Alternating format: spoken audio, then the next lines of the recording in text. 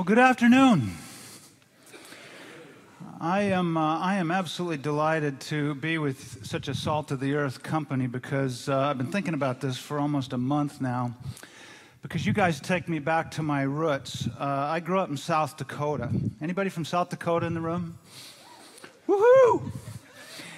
I grew up in South Dakota. My great-grandfather homesteaded there. My grandfather ranched and farmed there. My dad ran the ranch, but sharecropped. And then when my dad died, it was left to myself and my brother to run, and we didn't know anything about ranching and farming.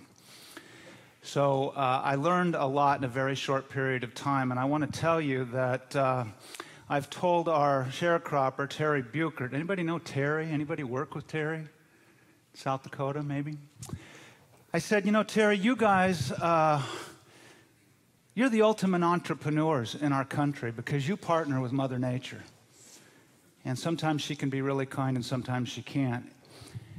But you're ultimately the ultimate risk taker. And when I look at what you guys do, you're helping those entrepreneurs, those risk takers, mitigate that risk and improve their benefits. So when I say that I'm really pumped about being here with you today and it takes me back to some roots, now you know why. I want to give you an example of how knowledge through connectivity is going to change the rules of the game for you and me. An example from outside your industry, and then I will try to tie it back into your business. Let's just assume for a minute here, who can I pick on? What's your name? Paul. Paul, let's just assume for a minute that you have a heart condition, all right? Now, Paul, it's not a problem because you're wearing a monitor that sends a constant signal to a service that your health system has subscribed to, all right? Now, Paul, we're outside, we're here in San Diego, and tonight you're going to go out to dinner, and if we could jump into your very favorite meal, if we could have anything you want, man, what are we having? Steak. Yeah, that's good for a guy with a heart condition.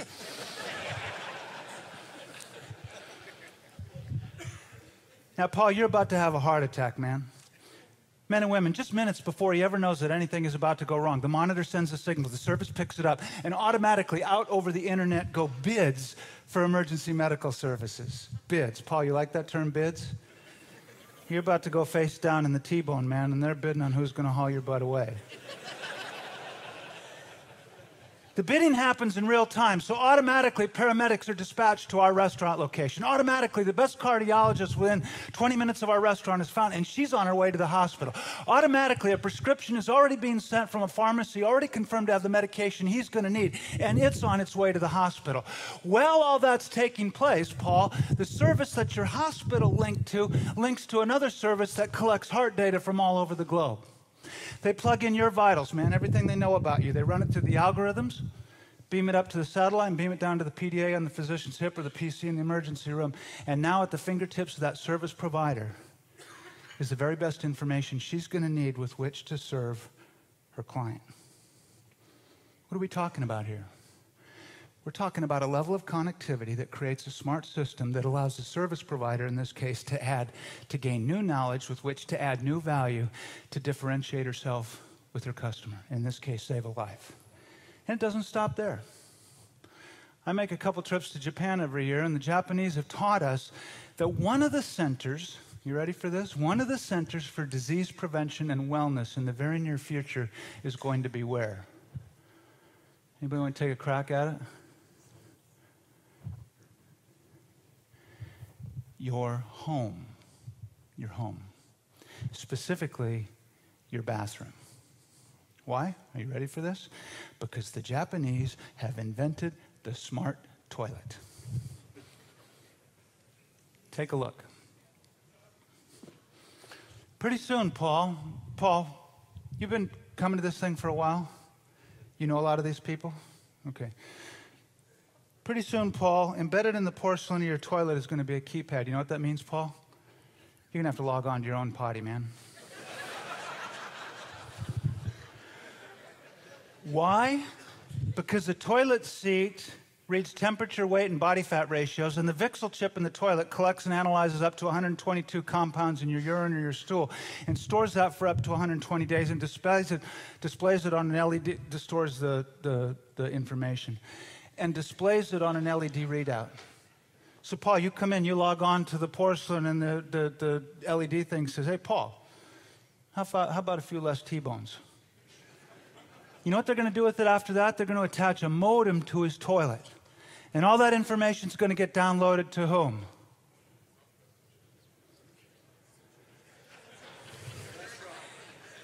Well, Dan, I can see you have a mixed crowd here. You have the pessimists who say the insurance companies, and you have the optimists who say the physicians. You know where it's going to go after that? It's going to go to his voice-activated computer. So, Paul, you've been coming to these things for a while, right? You know a lot of these people? They're going to get to know you just a little bit better for a moment here. Paul, you're sitting on the potty. From the other room, your voice-activated computer pipes up and says, Paul, in approximately 30 minutes, it's very possible that you could have a heart attack. But if you get off the potty, get in your car, take Freeway 8 because Freeway 5 has an accident on it, you can make it to Mercy Hospital in 14.5 seconds. You tell those doctors you need 32 cc's of Crop Star or Base Camp 6 or something.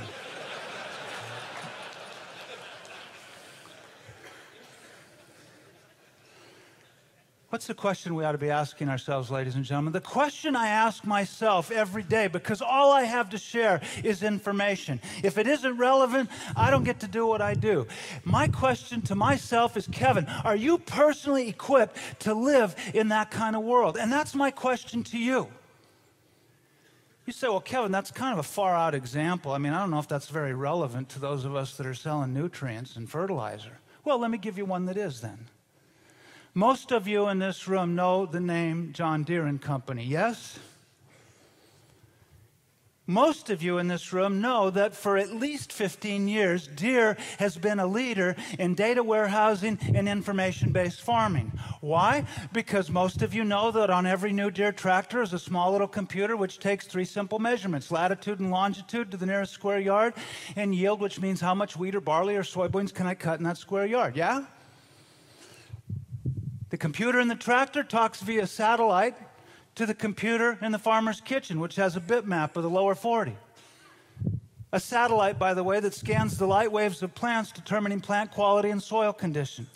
And the system is so precise, as you know, that the computer in the kitchen can talk back to the computer in the tractor and say, yo, add more fertilizer just north of the tree line where the shadows fall and you can increase your yield, which isn't insignificant in this country because in the last 10 years we've lost 1 million farms. And now because of companies like Deere and because of companies like you, the grower, the producer is able to double their production in the same acreage. And pretty soon, we're going to have companies like General Mills who buy that product are going to get in on the game. And they're going to plug into what's going in what's going on in the production in the heartland and what's going on in the futures market. And it's going to change your world and it's going to change my world. You say, how? Well, today, you go to the grocery store and underneath your favorite cereal, you see a little static barcoded price that tells you the price of that cereal. Pretty soon, that's going to be a little LED tag that momentarily updates the price of the product based on what's going on in the futures market, based on what's going on in the heartland, or if you're an orchard on the coast or whatever. What's the lesson, ladies and gentlemen? The lesson is we got to connect. And what I want to know this afternoon is when you go back home, how connected are you to the sources of knowledge that are going to add new value to your farmer at the gate?